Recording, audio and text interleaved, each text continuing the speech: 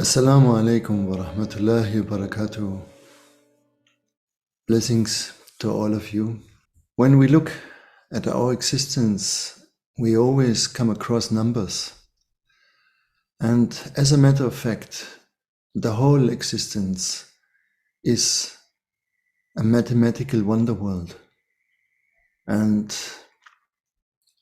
because it is like this, we have to understand the limitations of trying to explain the world.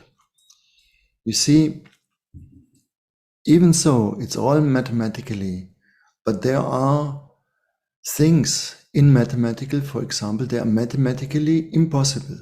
Yeah, there is a certain possibility in mathematics, and then when the number increases, like 1 to 44 or 1 to 45, this kind of numbers, the possibility becomes impossible. Especially astrophysics try since decades, since centuries, to find a world formula that would explain everything that happens in our cosmos, in our universe. And up to now, we know this did not happen, and actually it cannot happen. The same thing is that through machines like CERN, the particle accelerators, that we try to find out how the existence is built from the tiniest particles. And also there, we have clues, but we have no real understanding how it is in the depth of everything. The one reason why it will never happen is because the parameters of how everything works are permanently changed. Think it like this. You would have a box of numbers, written on little papers. Let's say there are 10,000 different numbers inside, and these numbers, they have layers, as they are there. And in time, you would find out what are the layers if you count it through. But what happens in a fraction of time is that this box is always shaken. And so the numbers are turning around.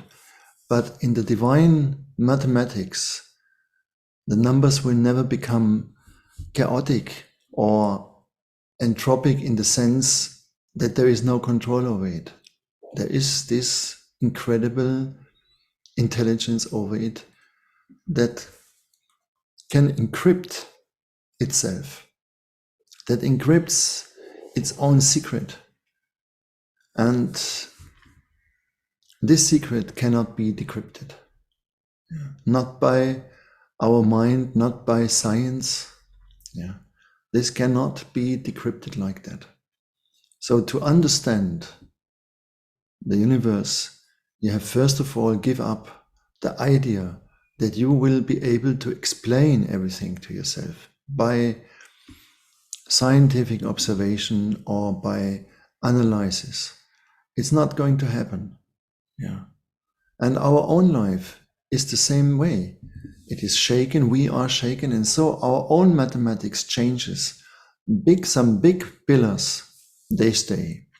And this is why we can see tendencies, we can see what is still there. But in between, there are infinite possibilities how things can change, right? Mathematically spoken, it would be like this. 75% is written for you, for all of us. And the rest of the 25% is not in that sense written. It is in the secret of the divine.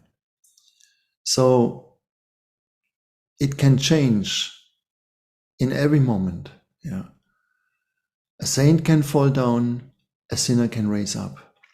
A thief becomes a pure person becomes a thief.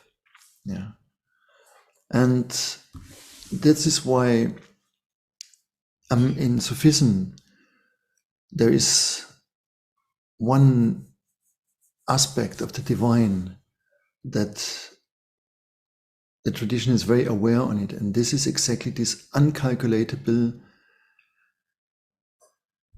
attribute of the divine. Yeah, it is always beneficial. It is never bad, but it's uncalculatable.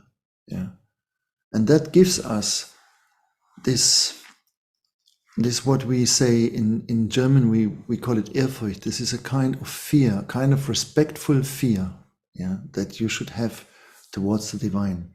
Yeah, you should never think the divine is just love in your body. Yeah, no, he is love, unconditional love, but he wants us to see, and that can only happen if we don't overhide ourselves in our mind, if we don't overproject ourselves and trying to be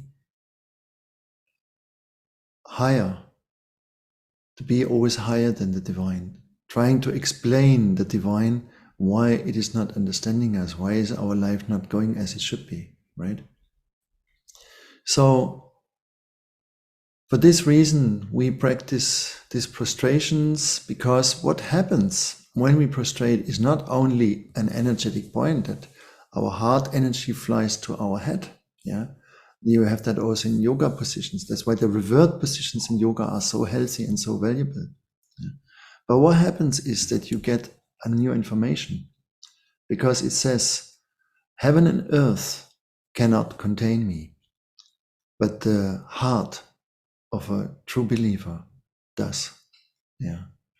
So we receive this information, we receive the knowledge to lead our life in the best possible way, but we do not receive it in our mind in that sense. Yeah. Only when it is aligned, when the heart with its authority is aligned with the mind, then we get the information from the heart to the mind, and the mind can express it then in a good way. Yeah. This is the one reason why we start to always focus on our heart, to try to pray with our heart, to try to think even with our heart. Yeah. Yes. So this makes us humble at the same time, and this is never a bad thing to be. Yeah. To feel and to see yourself humble, right?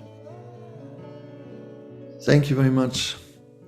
Assalamu alaikum wa rahmatullahi wa barakatuh.